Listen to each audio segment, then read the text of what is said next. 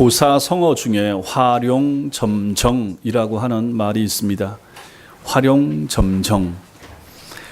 용을 그리고 마지막에 눈동자를 그린다라는 뜻입니다. 용을 그리고 눈동자를 찍다. 사물의 가장 중요한 부분을 완성시키거나 끝손질을 하는 것을 비유적으로 하는 말입니다. 앞에 다른 거 다 잘해놓고 맨 마지막에 가장 중요한 걸 완성해야 전체가 완성이 되는 것입니다. 창세기에 나오는 하나님의 창조의 완성, 즉 활용점정은 사람의 창조였습니다. 창세기 2장 18장은 그 사람의 창조에 있어서 하나님께서는 아담을 먼저 만드신 후에 그가 혼자 있는 것이 좋지 않다고 하시면서 그를 위하여 돕는 배필을 만들어 주시기로 하셨습니다. 하나님은 아담을 깊이 잠들게 하시고 그의 갈빗대를 빼서 여자, 즉 하와를 만드셨습니다. 그리고 하나님께서는 아주 만족하게 여기셨습니다. 그렇다면 하나님 창조의 마지막, 하나님 창조의 활용점정, 그것은 가정 혹은 가족의 창조라, 이렇게 말할 수 있을 것입니다. 이들 부부로부터 가인과 아벨 그리고 셋으로 이어지는 인류의 역사가 시작된 것입니다. 하나님께서는 인류의 삶에서 가장 먼저 가족을 형성하게 하신 것입니다. 가정을 가장 먼저 만드신 것이죠. 그러므로 여러분과 저 우리의 삶에 있어서 가정이나 가족이란 무엇과도 비교할 수 없을 정도로 중요한 가치라 할 수 있습니다. 그래서 가정의 달인 5월에 제가 특별하게 주제 설교를 하진 않지만 지금까지 하던 사도행전을 잠깐 멈추고 가정의 달을 맞이하여 오늘은 이 가족에 대한 부분을 이 말씀을 통하여 한번 살펴보고자 합니다. 먼저는 여러분과 저에게는 두 종류의 가족이 있다 하는 것을 아셔야 됩니다. 누구에게나 가족이 있습니다. 가족 없이 태어나는 사람은 아무도 없습니다. 이것은 하나님께서 창조의 처음부터 정하신 하나님의 방식입니다. 하나님께서는 아담과 하와를 각각 남자와 여자로 창조하여 부부가 되게 하셨고 그들로부터 자녀들이 태어나도록 정하셨으며 그것이 이제까지 인류 역사 가운데 이어져 오고 있는 것입니다. 따라서 우리들의 삶에 있어서 가족이란 가장 특별하고 제일 소중합니다. 우리 주님도 가족에 대해서 말씀하신 적이 있습니다. 갈릴리 땅에서 복음을 전하시던 어느 순간에 주님의 어머니와 동생들이 예수님을 찾아온 적이 있습니다. 문 바깥에 찾아오신 그 가족들을 향하여 주님께서 그 가족들이 찾아왔다라고 하니까 주님이 이렇게 말씀하십니다. 마가복음 3장 34, 35절에서 누가 내 어머니며 내 동생들이냐? 그렇게 물으시고는 그곳에 둘러앉아서 예수님의 말씀을 듣던 사람들을 향해서 내 어머니와 내 동생들을 보라. 누구든지 하나님의 뜻대로 행하는 자가 내 형제요, 자매요, 어머니이니라. 이렇게 말씀하셨습니다. 그렇다면 여기서 우리 주님은 새로운 가족을 규정하고 계신다라고 볼 수가 있습니다. 그것은 혈연으로 맺어진 가족이 아니라 영적 가족을 말하는 것입니다. 이 말씀으로부터 이걸 잘못 적용하면 종종 이단이나 극단적인 사람들은 모든 가족적인 관계를 끊고 자신들의 공동체로 들어와서 참된 가족관계를 이루자라고 잘못된 쪽으로 이렇게 극단으로 가는 사람들이 있는데 잘못된 것입니다. 주님은 오히려 육체로 맺어진 가족 관계를 인정하시고 그 관계를 잘 유지하라 이렇게 말씀을 해주셨습니다. 요한복음 19장에 주님께서 십자가에 달려 돌아가시는 와중에도 당신의 육신의 어머니를 기억하셨고 지금 십자가에 달려서 저 밑에 지금 사도 요한도 와 있고 어머니 막달라 마리아 또 이렇게 해서 여러분이 와 있습니다. 그 중에 어머니를 보시고 요한에게 부탁을 합니다. 어머니께는 이렇게 말씀합니다. 여자여 보소서 아들이니이다. 옆에 있는 요한을 가르치면서 아들입니다. 이렇게 말합니다. 그리고 요한에게는 가르쳐 보라 내 어머니라 이렇게 말합니다. 그 다음부터는 사도 요한이 그 예수님의 모친을 잘 모시게 된 것입니다. 바울 사도는 디모데에게 교회 안에 과부들을 잘 돌보아야 하는 교회의 책임을 말하면서 만일 과부에게 믿는 가족이나 친족이 있다 그러면 그 과부를 교회 안에 있는 과부를 먼저 돌보아야 하는 책임은 교회가 아닌 그 믿는 가족이나 친척이라 이렇게 말합니다. 그래서 디모데전서 5장 8절은 이렇게 말합니다. 누구든지 자기 친족, 특히 자기 가족을 돌보지 아니하면 믿음을 배반한 자요 불신자보다 더 악한 자니라 분명히 말씀하셨습니다. 그러므로 우리가 신앙생활을 한다고 하는 이유 때문에 가족관계를 소홀히 한다든지 가족을 등한시하는 것은 이건 불신자보다 더 못한 관계라고 우리는 분명히 알고 있어야 되는 것입니다. 그렇다면 지금 우리가 신자로 이 땅을 살아가는 동안에는 여러분과 저에게는 두 개의 가족인 육신의 가족과 영적인 가족에서 우리가 속해서 살아가고 있다 하는 사실을 결코 잊지 마셔야 합니다. 둘 다 특별하고 아주 소중하지만 여러분과 저에게 절대적으로 가치가 있고 영원한 가치를 지닌 것은 이건 분명히 교회 안에 있는 가족, 신자, 믿음 안에서의 가족이라 이렇게 말할 수 있습니다. 왜냐하면 여러분과 제가 지금 혈연으로 피로써 맺어진 가족은 땅에 있는 동안에만 유효한 것입니다. 우리가 천국을 가게 되면 천국에서는 다시 거기서 어머니, 아버지인데 아들, 딸 이런 관계가 유효하지 않다 하는 것입니다. 성경이 그것을 우리에게 말해주고 있기 때문에 그렇습니다. 땅에 있는 동안에만 가족 관계가 유효합니다. 땅에 있는 동안에 가족, 혈연적인 가족 그리고 영적인 가족이 있고 우리가 세상을 떠나게 되면 더 이상 혈연적인 가족 관계는 무의미해집니다. 그리고 우리에게는 영원한 가족, 하나님 나라의 가족, 주님을 왕으로 모시는, 주님을 아버지로 모시는 모든 아담으로부터 지금까지 이 땅을 살다 갔던 모든 사람이 한 가족으로서 천국에서 우리는 살게 될 것이라 하는 것입니다. 하나님께서는 창세기에서 아브라함을 부르실 때 새로운 영적 가족이 생길 것을 할례 언약을 통해서 보여주신 적이 있습니다. 그러므로 여러분과 저는 항상 설교를 듣든지 성경을 배울 때 말씀에 근거하여 이 말씀이 과연 근거가 있는가 하는 걸 보면서 배우셔야 되는 것입니다. 제가 영적 가족에 대해서 이렇게 말씀을 드렸으면 이제 거기에 대한 구체적인 말씀을 통해서 확인을 해야 되는 거죠. 하나님께서 누구에게 할례를 주라고 했는가를 살펴보면 이 새로운 가족 구성원이 누군가를 파악을 할 수가 있습니다. 지금부터 한 3번 정도 말씀을 찾을 텐데 오늘 설교 듣는 중에 그래서 잘 표시를 하시면서 먼저 창세기로 가보겠습니다. 창세기 17장입니다.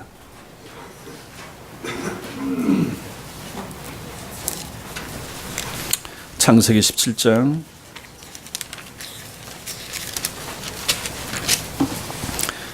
12절부터 14절까지입니다.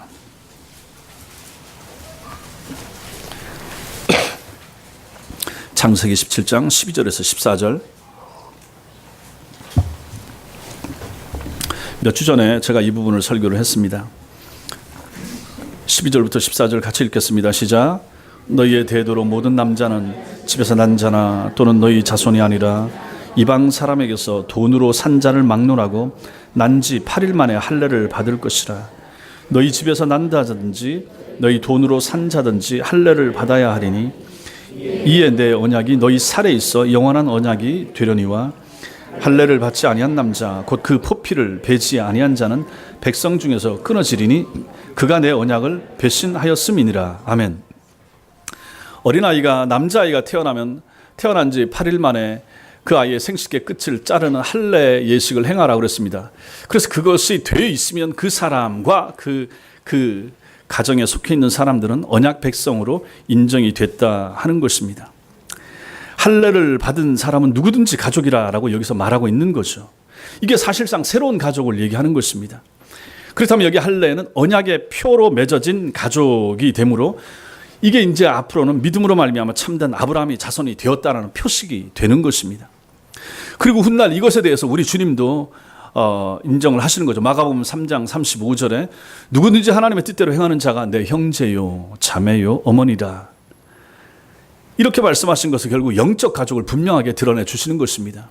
구약에서는 할례 받은 사람들은 다 언약의 백성 자손 속에 들어가는 거죠. 종이든지 이방인이었는데 들어왔든지 간에 돈 주고 샀든지 상관없이 할례 받으면 그 사람은 그 언약 백성 속에 집어넣어 주는 것입니다.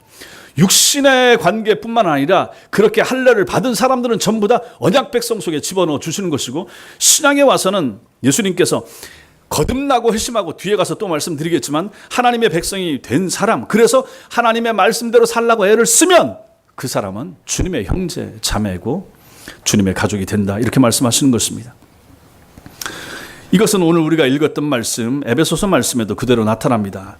다시 우리가 읽었던 그 말씀 가볼까요? 에베소서 말씀, 에베소서 2장 19절. 그러므로 이제부터 너희는 외인도 아니요 나그네도 아니요 오직 성도들과 동일한 시민이요 하나님의 권속이라, 이렇게 말씀하십니다. 여기에 하나님의 권속, 우리를 잘 쓰지 않는 단어가 권속인데, 이 말은 가족이나 식구를 나타냅니다. 가족, 식구. 왜 사도 바울이 이런 표현을 사용하고 있습니까? 교회가 진정한 가족이기 때문에 그런 것입니다. 그리스도의 피로 맺어진 새로운 가족을 말하는 것입니다. 바울은 우리에게 너희가 가족이 되어라 이렇게 명령하는 것이 아니라 너희가 가족이다라고 선언하고 있습니다. 가족 되기 위해서 노력하고 애쓰라가 아닙니다. 너희는 이미 가족이다 이렇게 말합니다. 여러분과 저는 과거에 외인이었고 나그네였지만 지금은 아니라라고 말합니다. 외인이 무엇입니까? 나와 아무 상관없는 사람, 그 사람이 죽든지 살든지 흥하든지 망하든지 나와 아무 상관이 없고 내게 아무런 영향도 미치지 않는 사람, 이 사람이 외인입니다. 주님께서 마태복음 25장 35절 이하에 이 말씀을 하고 있는데, 여기 한번 찾아보겠습니다. 이제 그 말씀에서 앞으로 넘겨서 마태복음 25장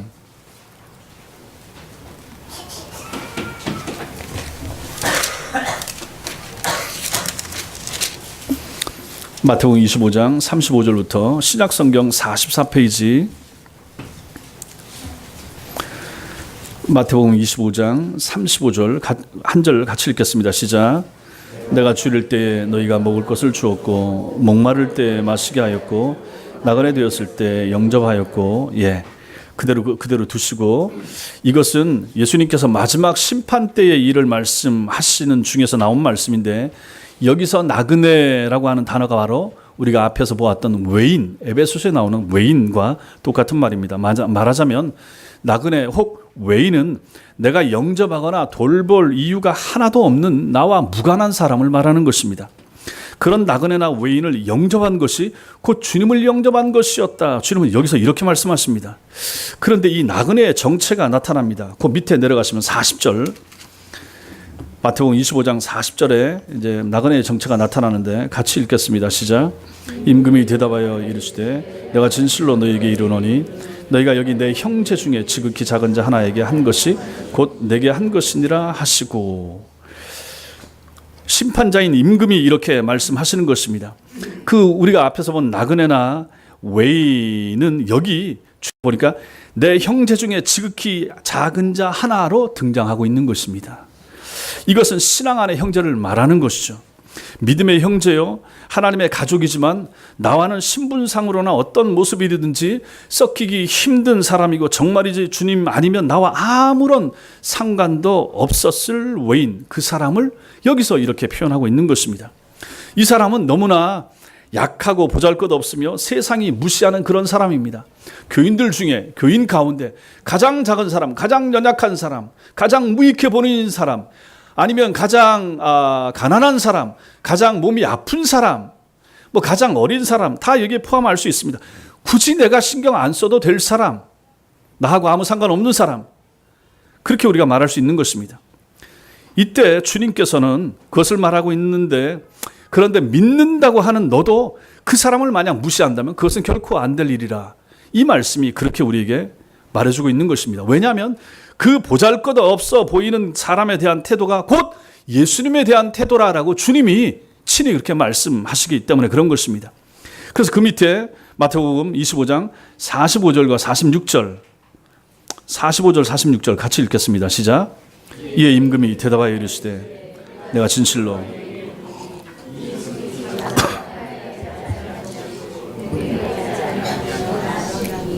그들은 영벌에 의인들은 영생에 들어가리라 하시니라고 말씀합니다. 여러분, 이러한 말씀이 바로 여러분과 저에게 무서운 말씀이 되는 것입니다. 영적 가족인 교회의 성도 중 아이든지 노인이든지 가난하든지 병이 들었든지 소홀히 하기 쉬운 한 사람을 대하는 태도가 곧 주님을 대하는 태도라라고 우리 주님은 우리에게 이렇게 연결지어서 말씀하신다 하는 것입니다.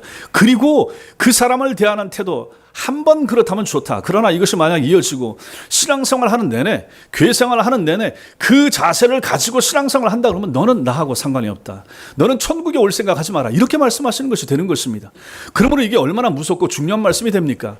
그러므로 오늘날 많은 교회 나오는 사람들 가운데 그냥 교회만 다니는 사람, 교회만 출석하는 사람, 심지어 6개월씩, 1년씩, 몇 년씩 교회 등록도 안 하면서 신방도 거부하면서 교회 안의 사람들과 연결 짓기를 싫어하면서 교육자들과 알려지기를 거부하면서 신앙생활을 하는 사람, 그래서 일반적으로 가나안 교인이라고 말하기도 하고 그 중에 교회 나오기도 하고 이렇게 신앙생활을 하는 사람들에 대한 말씀이라고 우리가 본다 그러면 이게 얼마나 무서운 말씀인가 하는 것입니다. 다른 사람하고 연결 짓고 싶지 않고 괜히 섞이고 싶지 않고 괜히 잘 알아서 좋을 거 하나도 없고 저 사람에게 나를 공개하고 내 문제 알리고 싶은 마음 전혀 없고 우리 집 열고 싶지도 않고 이런 채로 신앙생활 하는 것은 결코 하나님의 뜻이 아니라 하는 것을 이 말씀이 우리에게 보여주고 있는 것입니다. 여러분과 저는 이 땅에서 육적인 가족과 교회라고 하는 영적 가족 두 군데에 속해서 신앙생활을 하고 있다 하는 것을 먼저 말씀을 드렸습니다. 그 다음에 두 번째로 여기서 우리가 생각할 것이 있습니다. 그것은 예수 그리스도의 피로서 맺어진 새롭고 영원한 하나님의 가족이라 그러면 우리는 교회 안에 있는 이 가족들을 결코 무시하면서 살 수 없다 하는 사실입니다. 여러분, 가족은 기본적으로 또 본능적으로 서로를 돌볼 책임을 지는 관계가 가족이죠. 틀림없죠. 부모가 자식을 낳고는 양육이 부담스럽다고 버려버릴 수는 없습니다. 요즘 그런 일이 종종 일어나죠. 이건 부모도 아닌 것이죠. 세월이 흘러서 자식들이 자라면 자신들을 양육한 나이든 부모를 돌보고 부양하는 건 마땅한 일입니다. 세상이 타락하고 폐역해져서 이제 부모를 버린다고 하죠. 신경을 안 쓰는 거죠. 양심의 화인 맞은 시대를 우리는 살고 있는 것입니다.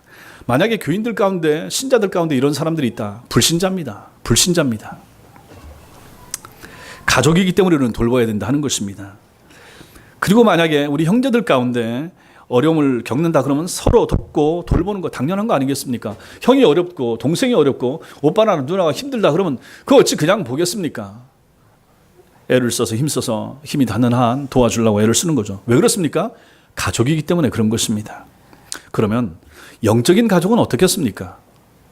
그리스도 안에서의 형제나 자매 사랑, 이것은 의무나 명령으로 주어지는 것이라기보다는 교회에서 사랑하라 서로 잘 돌보아 주세요 이렇게 명령하니까 별로 그런 마음이 안 내키는데도 그렇게 억지로라도 해야지, 이게 아니라 하는 것입니다.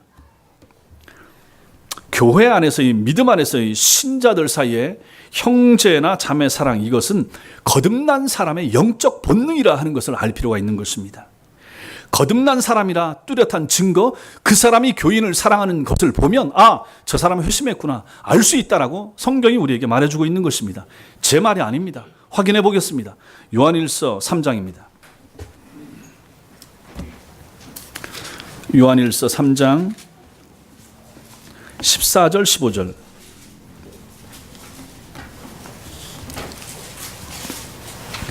신약성경 391페이지. 요한일서 3장 14절 15절 같이 읽겠습니다. 시작. 우리는 형제를 사랑함으로 사망에서 옮겨 생명으로 들어간 줄을 알거니와 사랑하지 아니한 자는 사망에 머물러 있느니라. 그 형제를 미워하는 자마다 살인하는 자니 살인하는 자마다 영생이 그 속에 거하지 아니하는 것을 너희가 아는 바라. 여기서 분명하게 우리에게 이 말씀을 잘 가르쳐주고 있는 거죠. 형제 사랑, 그것은 그 사람이 거듭난 신자인가 아닌가를 드러내주는 기준점이 되고 시금석이 되는 것입니다. 교회 안에 형제를 향한 시기나 미움의 마음이 반복적이고 지속적으로 이어진다 그러면 오늘 말씀은 뭐라고 말합니까? 형제를 살인하는 것이 되고 그 사람은 천국에 들어갈 수 없다라고 이렇게 말씀해주고 있는 것입니다. 그러므로 믿음 생활, 신앙 생활은 결코 혼자 하는 것이 아닙니다. 그냥 우리 가족만 교회 갔다 가고 이것도 믿음 생활이 아니라 하는 것입니다. 그리고 그 뒤에도 이어지는 말씀을 보십시오. 17절 말씀 보십시오. 17절 그거 같이 읽겠습니다. 시작. 누가 이 세상의 재물을 가지고 형제의 궁핍함을 보고도 도와줄 마음을 닫으면 하나님의 사랑이 어찌 그 속에 거하겠느냐. 교회 안에 영적인 형제나 자매를 사랑함을 통하여 그 사람의 믿음과 신앙의 진위 여부를 확인할 수 있다라는 말씀이 바로 이 말씀이 되는 것입니다. 재물이 있는데도 불구하고 교회 안에 어려움 당하거나 힘들어하는 사람들을 도와줄 마음이 없고 돕지 않으면 어찌 하나님의 사랑이 그 속에 있다고 말할 수 있겠느냐, 이렇게 되는 거죠. 그래서 우리가 헌금의 정신이 바로 이것입니다.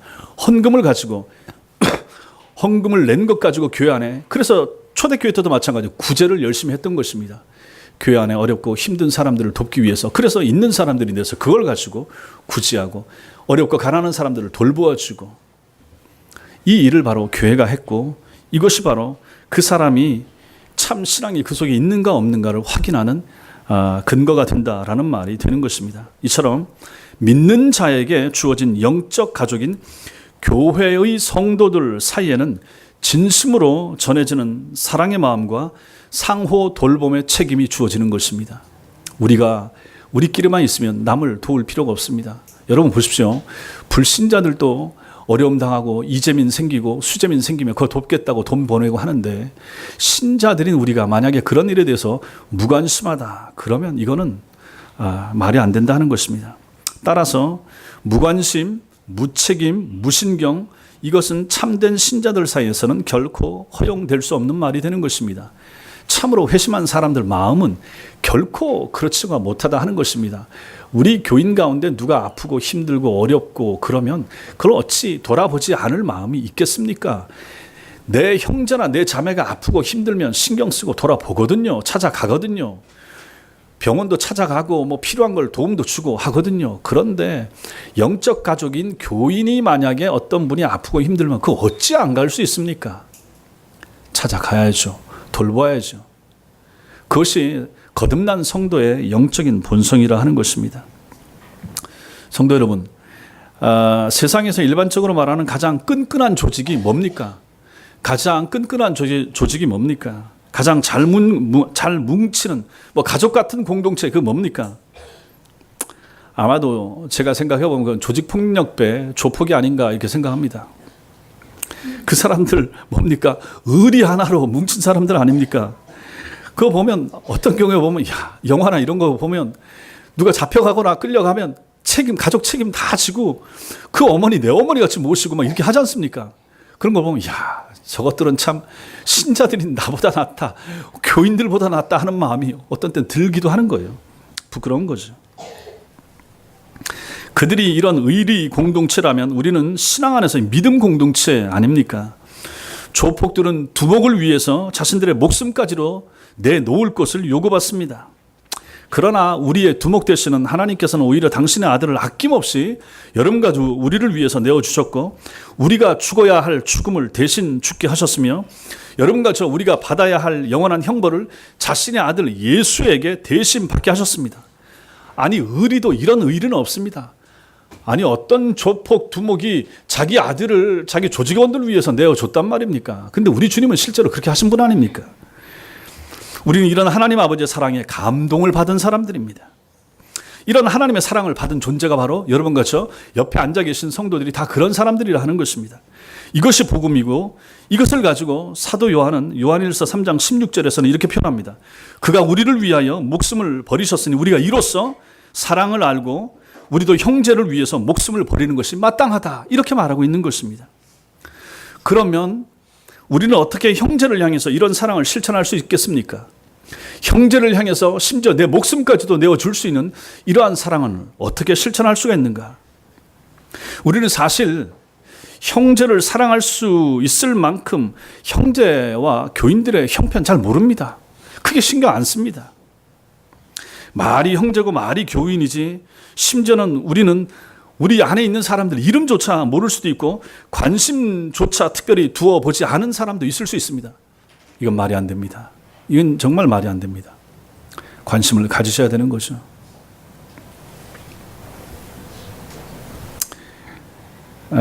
교인이 20명도 채 안 되는, 제가 미국에 있을 때 교회에서 그런 일도 있었습니다.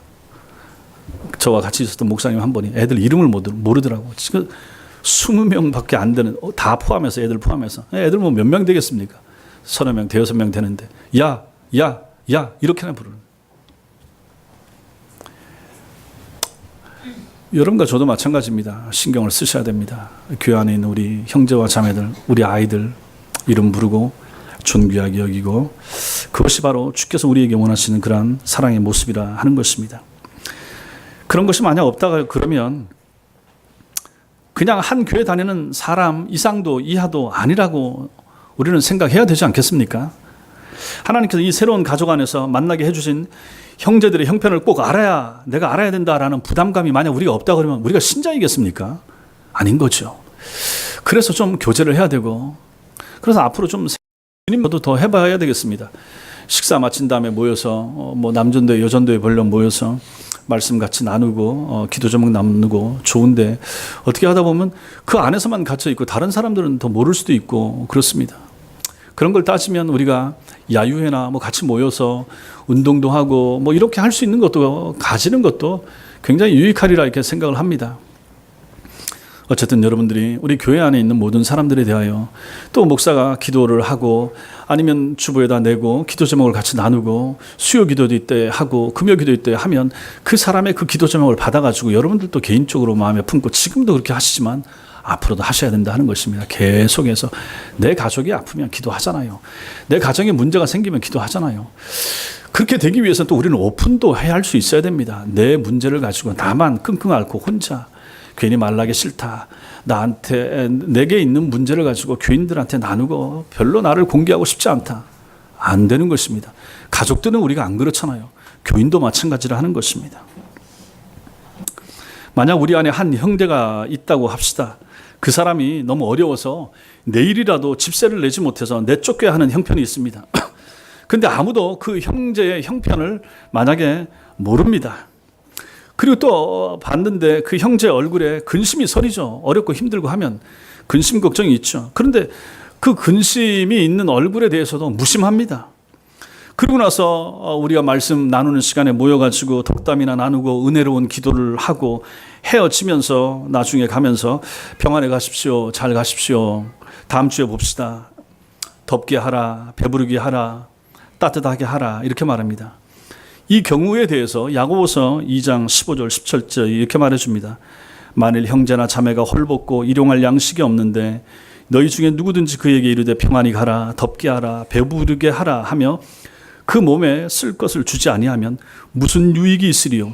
이와 같이 행함이 없는 믿음은 그 자체가 죽은 것이라, 이렇게 말씀하고 있습니다. 그렇다면 여러분과 제가 내 믿음은 진짜인가, 내 믿음은 참 믿음인가 오늘 돌아보셔야 됩니다. 나는 정말로 참 믿음을 가지고 있는가? 직분이나 뭐 세례 유무 이거하고 전혀 상관이 없습니다. 나는 참 믿음을 가지고 있는가?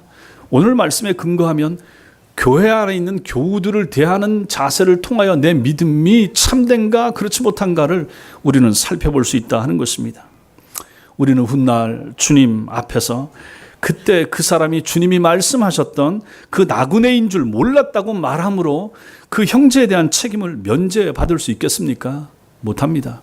너 그때 너 교인 중에 이런 사람이 있었는데 너무 무심했지, 신경 안 썼지, 그게 뭐냐? 이런 책망 우리는 충분히 받을 수 있다 하는 것입니다. 주님이 피로써 맺어주신 형제에 대한 우리의 이런 무관심이 오히려 책망의 이유가 되지 않겠습니까? 충분히 그럴 수 있는 거죠. 이런 일들은 우리 중에 이 땅에 있는 지상교회 중에 언제든지 일어날 수 있습니다. 큰 교회는 더 심하지만 작은 교회라고 해서 예외가 되지 않습니다. 작아도 무심할 수 있고 작아도 내 마음에 안 드는 사람이 있을 수 있고 그러다 보면 신경 안 쓸 수 있고 기도 안 할 수 있고 그런 것입니다. 우리는 서로가 무엇을 하는지조차 모른 채 한 달이나 1년 혹은 그 이상의 시간을 한 교회 안에서 가족이라고 형제라고 말하면서 살아갈 수도 있는 그러한 세상을 우리는 살고 있습니다. 이렇게 살아가는, 이렇게 존재하는 이 땅의 교회들이 얼마나 많겠습니까? 이것은 잘못된 것입니다. 고쳐야 할 부분입니다. 우리는 더 많이 서로를 알아야 하고 그렇게 하기 위해서 서로를 향해서 더 많이 마음을 여셔야 됩니다. 우리는 서로를 더 잘 알기 위해서 애쓰고 힘쓸 필요가 있습니다. 관심을 가지셔야 됩니다. 물으셔야 됩니다. 가족들 사이에 아픈 것을 같이 나누고 고민거리를 말할 수 있는 것처럼 교인들 사이에도 충분히 그럴 수 있어야 되는 것입니다. 심지어 성도들 가운데는 목사에게도 마음을 열지를 않습니다. 참 답답한 거죠. 하나님의 은혜가 임하기까지 기다려야 되겠지만 괴로운 것입니다. 심지어 요즘은 등록을 해도 가정을 공개하지 않습니다. 가정신방 안 받습니다. 그래서 생각을 합니다. 어떻게 해야 되는가?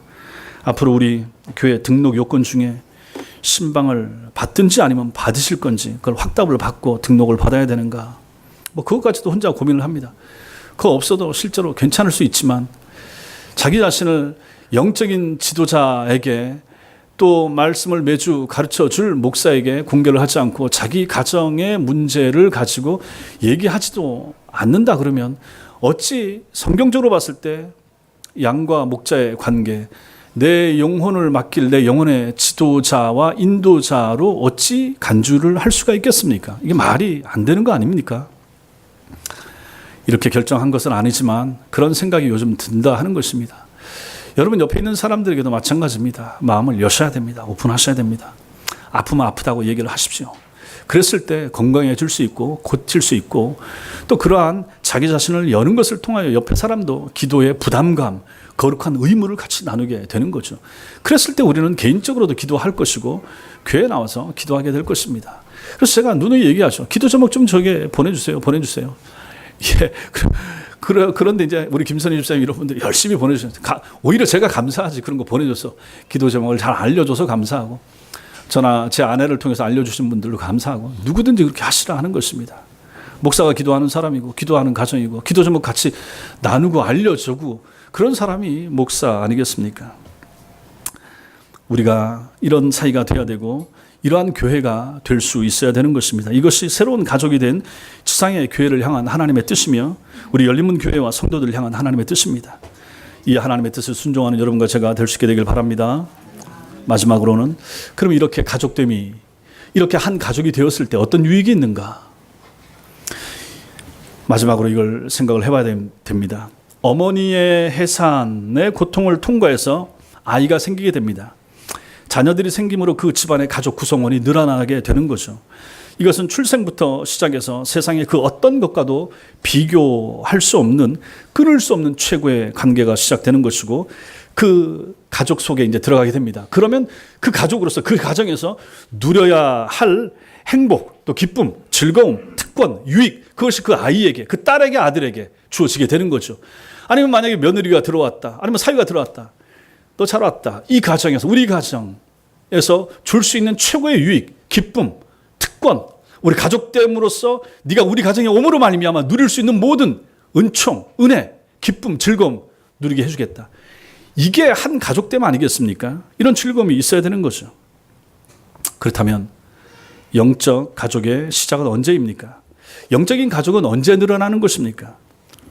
영적인 가족, 새로운 가족은 성령의 거듭나게 하심, 곧 영적 출생을 통해서 하나님의 자녀가 되고 교회 회원이 되는 것입니다.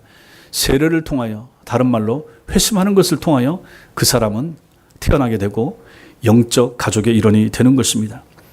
그 사람이 회심하는 것을 통해서 그런 성도로 출생하게 되고 가족으로 받아들여지게 되고 교회에서는 교인 명부의 세례교인으로 집어넣게 되는 것입니다. 물론 외부에서 오신 분들 같으면 다른 교회에서 아니면 어렸을 때 회심을 경험한 거듭난 사람이라 그러면 그 사람은 우리 교회에 만약에 등록하시게 되면 등록함을 통하여 우리의 영적 가족의 일원으로 이제 들어오게 되는 거죠. 우리가 한 사람이 회심하게 됐다 그러면 그 한 사람이 회심하게 되면 교회 가족이 됩니다. 가장 먼저 교회는, 이 땅의 교회는, 하나님 앞에 교회는 하나입니다. 우주적인 교회는 하나입니다. 거룩한 공회를 믿사오며 라고 사도신경에서 고백할 때 거룩한 공회, 거룩한 공적 교회는 하나밖에 없습니다. 하나님 눈앞에 교회는 하나입니다. 교파에 상관없이 참된 거듭난 택함받은 당신의 백성들의 모인 교회는 하나입니다. 그 교회 가운데 회심한 성도는 들어가게 되는 것입니다. 근데 이 교회는 우주적인 교회입니다. 넓습니다. 온 나라 전 세계에 걸쳐 있습니다. 그래서 그 모든 교인들에게 우리가 관심을 가지고 할 수는 없습니다. 그래서 하나님께서 허락하신 것이 지역교회가 되는 것입니다. 우리 같으면 열린문 교회가 되는 거죠. 그래서 그 교회에서 세례를 받든지 그 교회에 등록하는 것을 통하여 이제 그 교회 교인이 되는 것입니다. 이렇게 영적 가족이 된 사람의 특징을 마가복음 3장 35절은 누구든지 하나님의 뜻대로 행하는 자가 내 형제, 자매, 어머니라 이렇게 말씀하십니다. 그에게는 영적 가족이 된 그 사람에게는 필요한 게 있습니다. 뭡니까? 하나님의 뜻대로 순종하는 것입니다.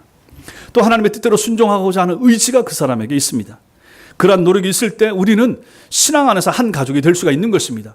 만약에 거듭났다고 하고 회심했다고 하고 세례 받았다고 하면서 하나님의 말씀을 바르게 잘 가르치는데 순종하려고 하지 않는다. 그러면 그 사람을 어찌 가족으로 볼 수 있겠습니까?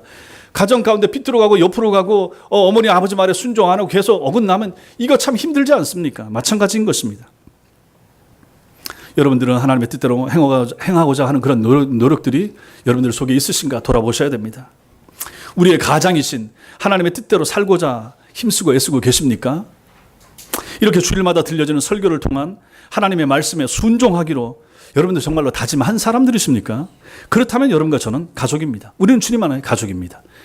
잘 못할 수 있습니다. 잘 안 될 수 있습니다. 충분히 그럴 수 있죠. 그럼에도 불구하고 그런 의지가 있고 그런 노력이 있으면 여러분과 저는 가족입니다. 영적인 한 가족입니다. 식구입니다. 이런 말씀에 대한 순종은 거듭난 하나님의 자녀들에게만 주어지는 은혜요 특성인 것입니다. 비록 우리의 믿음이 연약해서 넘어지는 일이 종종 있음에도 불구하고 하나님 내가 또 넘어졌습니다. 하나님 어떻게든지 하나님의 뜻대로 살라고 하는데 이게 잘 안 됩니다. 하나님 도와주세요. 이러한 가슴을 찢으며 고백하는 이러한 마음과 이런 열정이 있으면 그 사람 하나님의 가족입니다. 다 가족들이 다 내 마음 갖고 내 뜻대로 움직이고 가정 안에서도 잘 안 되지 않습니까? 그것처럼 교회 안에서도 마찬가지입니다. 그럼에도 불구하고 그 사람이 성도고 그럼에도 불구하고 그 사람이 회심했고 세례 받았고 거듭났고 하나님의 말씀 따라 살라고 애쓰는 모습이 보인다 그러면 인정해 줘야 됩니다. 가족입니다. 예, 좋은 가족입니다. 주님께서 당신의 피로 우리를 가족이 되게 하시고 여러분과 저라면 열린문 교회로 부르셔서 한 가족으로 묶어 주신 것입니다. 우리는 더 이상 외인이 아니고 나그네도 아닙니다. 여러분과 저는 한 가족입니다. 하나님 나라의 가족입니다. 우리 교회 오신 지 몇 년 되신 분들은 좀 오래된 가족이고 최근에 오신 분들은 새로운 가족입니다. 구별, 차별 없습니다. 똑같습니다. 저나 여러분이나 구별, 차별 없습니다. 똑같습니다. 열린문 교회의 가족이 된 모든 사람들은 누구든지 하나님이 부어주시는 교회라고 하는 가정을 통해서 부어주시는 하늘의 복과 특권과 유익을 이 땅에 사는 동안에 누리며 살게 될 것입니다. 이제 우리 모두는 열린문 교회라고 하는 작은 가정 안에서 하나님께서 우리에게 만나게 해주신 가족들을 사랑하고 돌보고 책임져야 하는 사람들이 된 것입니다. 나도 사랑받지만 나도 이제 사랑해야 됩니다. 나도 돌봄받지만 돌보아야 될 책임이 의무가 여러분과 저에게 주어진 것입니다. 만일 우리가 오늘 살핀 말씀처럼 그렇게 서로를 사랑하고 아끼고 책임지는 선한 일이 항상 넘치는 곳이라 그러면 그런 교회라 그러면 우리 교회의 교인이 된다라고 하는 것은 얼마나 큰 축복이고 얼마나 큰 자랑이며 유익이겠습니까? 무엇을 가지고 교회를 드러내며 자랑을 하겠습니까? 전도를 하면서 무엇을 자랑하겠습니까? 우리 교회 무엇을 드러내겠습니까? 뭐 식사가 맛있습니다. 그걸 자랑하겠습니까? 교회를 통하여 믿음 생활을 통하여 여러분들이 누리는 유익이 무엇입니까? 지난주에 꽃을 달았습니다. 교회가 꽃을 달아줬다. 이것이 교인됨의 유익이 되겠습니까? 아니면 무슨 교회에서 효도관광을 보내줬다. 그것이 우리 교회 교인됨에 대한 어디 나가서 자랑하고 이런 것이 되게 더 잘하는데 더 많아요. 더 풍성하고 더 좋은 데 많다는 얘기입니다. 그런 걸로 따진다면요. 우리 교인됨, 우리 작아 보이는 이 6년밖에 안 된 60여 명 모이는 우리 열린문 교회 교인됨의 축복과 자랑과 유익, 특권 뭐가 있겠습니까? 제 입장 같으면 제 마음 같으면 바른 신앙 노선 다른 데도 바르게 하는 데 있죠. 그럼에도 불구하고 우리도 대한예수교 장로회 고신총회에 속해서 바른 개혁주의 신앙 칼빈의 노선을 따라서 이 길 가려고 하는 바른 신앙 노선 이거는 참 좋은 것이라 자랑할 만한 것이라 생각할 수 있을 것입니다. 성경에 충실하고자 하는 설교 이것도 얘기할 수가 있겠죠. 그렇게 다른 말 쓸데없는 말 안 하고 하나님 말씀에 충실하게 전하려고 한다 하는 것도 우리 열린문 교회 교인됨으로써 여러분들이 누려야 될 축복이고 특권이라 생각할 수 있을 것입니다. 사랑 넘치는 성도들 사이의 교제 이건 꼭 필요한 부분이 되는 거죠. 우리 교회 등록했더니 너무너무 사랑이 넘치더라. 제발 앞으로도 이런 교회가 됐으면 좋겠습니다. 그렇지 못한 얘기가 종종 들리는 것은 목사인 저에게 고통이 됩니다. 저는 그렇게 노력을 하고 애를 쓰는데 실제로 그렇지 못한 부분들이, 물론 우리가 연약하니까 아직 어린 교회니까 그럴 수 있지만 만약에 그렇다 그러면 우리는 고쳐야 되는 것이죠. 이 교회 너무너무 사랑이 많더라. 너무너무 잘해주려고 그러더라. 속 없는 것처럼 그렇게 사람들을 아끼고 사랑해 주더라. 그런 얘기까지 나올 수 있어야 되지 않겠습니까? 또 우리 교회에 어떤 특징, 어떤 자랑거리, 어떤 유익이 있어야 되겠습니까? 간절한 뜨거운 기도가 교인들에게 있더라. 이런 것도 참 좋은 거죠. 참 교인들이 열심히 기도하려고 애를 쓰더라. 빚진 자의 심정으로 나가서 전도를 하려고 애를 쓰더라. 이거 우리 교회가 자랑할 수 있는 그런 특징이 되어야 되지 않겠습니까? 지금도 그렇게 하시지만 앞으로도 마찬가지로 하는 것입니다. 실제로 이런 것들이 우리 교회 교인됨으로 말미암아 누리는 그런 축복과 특권, 유익, 이런 것이 되어야 되지 않겠습니까? 그렇게 되기 위해서 여러분과 저는 노력하고 애를 쓰셔야 되는 것입니다. 그렇게만 된다면 어떤 사람이 교회 등록해서 교인이 되는 순간 그 사람은 60여 명의 사람들로부터 그런 풍성한 사랑을 받게 될 것이기 때문에 그런 것입니다. 하나님 나라 가족이 되었다라고 하는 유익과 축복, 예수 믿게 되면 당연히 하늘로부터 복이 내려옵니다. 다른 교회 교인들도 다 마찬가지입니다. 전 세계에 흩어져 있는 경건한 하나님의 교회 교인이 된 모든 사람들에게 하늘로부터 풍성한 축복과 유익이, 특권이 내려올 것입니다. 그리고 지역교회에 속해 있는 사람들, 특히 열린문 교회에 속해 있는 여러분과 저에게도 마찬가지라 하는 것입니다. 이 사실을 통하여 하늘의 은혜와 천국의 유익이 우리 교회에 등록한 모든 등록 교인들 위에도 충만하시길 바랍니다. 사랑하는 성도 여러분, 오늘 말씀을 통하여 우리 성도들은 두 개의 가족 관계에 속하여 살아가는 사람들이라 하는 것을 살펴보았습니다. 육신의 가족인 우리의 가정과 영적 가족인 교회입니다. 육신의 가족들의 마음에 또 몸에 상처를 주는 일이 너무나 쉽게 그리고 너무나 많이 일어나는 패역한 시대를 여러분과 저는 살고 있습니다. 마찬가지로 주님의 몸된 교회를 흔들고 주 안에서 형제된 교우들에게 상처를 주고 받는 일도 역사상 그 어느 시대보다 흔하게 일어나는, 그래서 교회의 공동체성이나 교회의 하나됨이 무너져버린 타락한 시대를 여러분과 저는 살고 있습니다. 이러한 세상 속에서 우리는 가족을 사랑하고 가족을 존귀하게 여기는 성도들이 되어야 됩니다. 육신의 가족도 마찬가지고 영적인 가족인 교인들도 마찬가지입니다. 특히 교회 안에 있는 지체들, 우리 중에 연약한 형제나 자매들을 진정으로 돌보고 사랑할 수 있어야 될 것입니다. 그래서 누구라도 우리 교회 안에서는 존중을 받고 가족됨의 유익, 특권, 그것을 누릴 수 있도록, 그래서 행복하게, 기쁘게, 즐겁게 믿음 생활을 할 수 있도록 만들어줘야 될 책임과 의무가 여러분과 저 우리 모두에게 주어진 것입니다. 그런 은혜가 우리에게 있기를, 그래서 우리 교회가 하나님 보시기에 아름다운, 그래서 우리 교회에 등록한 모든 사람들이 행복하고 우리 교회에 등록한 모든 사람들이 하늘의 복을 받아 누리며 기쁨과 즐거움 가운데 경건한 하나님의 백성으로 믿음 생활을 하는 그러한 교회 될 수 있기를 주님의 이름으로 축원합니다. 기도하겠습니다. 같이 기도.